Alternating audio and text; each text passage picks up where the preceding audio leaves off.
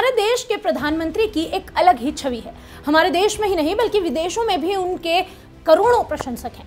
इतना ही नहीं, उनकी नीतियों को लेकर देश में और विदेशों में लोग उनके कायल हैं। जब से देश की सत्ता प्रधानमंत्री नरेंद्र मोदी ने संभाली है, अब वो विदेशों से संबंध पर विशेष काम कर रहे हैं और जो देश जिस भाषा में समझता है, भारत अब उससे उसी भाषा में बात करता है।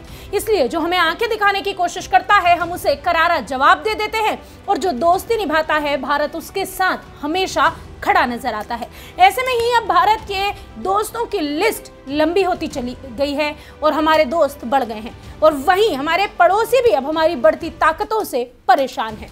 भारत के मित्र देशों में फ्रांस का नाम भी शामिल है। ऐसे में इस बार 26 जनवरी यानी कि गणतंत्र दिवस को मुख्य अतिथि के रूप में फ्रांस के राष्ट्रपति इमैनुएल मैक्रो भारत आ रहे हैं।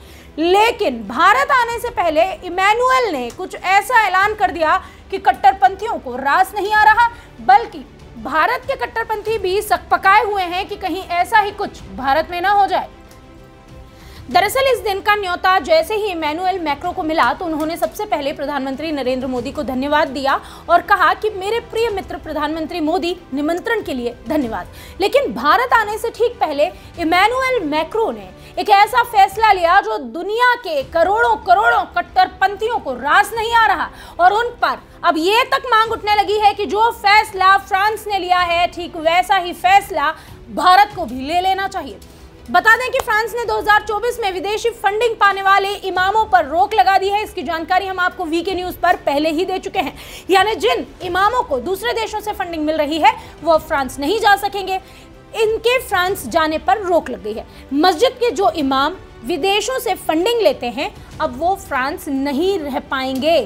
फ्रांस के आंतरिक मंत्री डारेमैनिन ने लगभग 300 विदेशी इमामों को मुख्य रूप से अल्जीरिया, तुर्की और मोरक्को से भुगतान करके फ्रांस में प्रवेश करने पर प्रतिबंध लगाने की घोषणा कर दी है। फ्रांस की तरफ से उठाए गए इस कदम, इस नीति के बाद इस जो कट्टरपंथी इस्लामी चरमपंथ है, उनको जो है मिर्ची लगी है और उससे निपटने के लिए ही राष्ट्रपति मैक्रो ने 2020 के उपायों में इसकी घोषणा की थी और ये उन्हीं का एक हिस्सा है।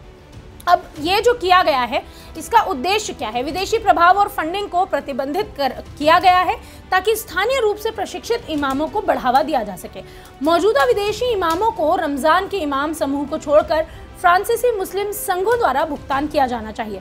फोरम डी इस्लाम डी फ्रांस के निर्माण को मुस्लिम प्रतिनिधित्व की कमी के कारण आलोचना का सामना करना पड़ता है। तो अब मैक्रो फ्रांस में इस्लाम के सिद्धांतों के चार्टर पर सहमति हासिल करने की चुनौतियों से इस वक्त जूझ रहे हैं और कट्टरपंथी मस्जिदों को बंद करने के प्रयास भी लगातार कर रहे हैं। ऐसे में उन्हें एक अलग ही तनाव का, एक अलग ही टेंशन का भी सामना करना पड़ रहा है। हसन इक्यूसैन जैसे विदेशी कट्टरपंथी इमामों को बलपूर्वक देश से बाहर करने की भी कोशिश इस दौरान की जा रही है। फ्रांस के इस फैसले से करोड़ों मुस्लिम डर गए हैं और यह भी माना जा रहा है कि बाकी यूरोपीय देश भी फ्रांस के इस फैसले की नकल कर सकते हैं। इतना ही नहीं, भारत पर भी इस फैसले का असर हो सकता है। फ्रांस के इस फैसले पर आपकी क्या राय है? कमेंट बॉक्स में जरूर बताएं। वीके न्यूज, राष्ट्र के नाम।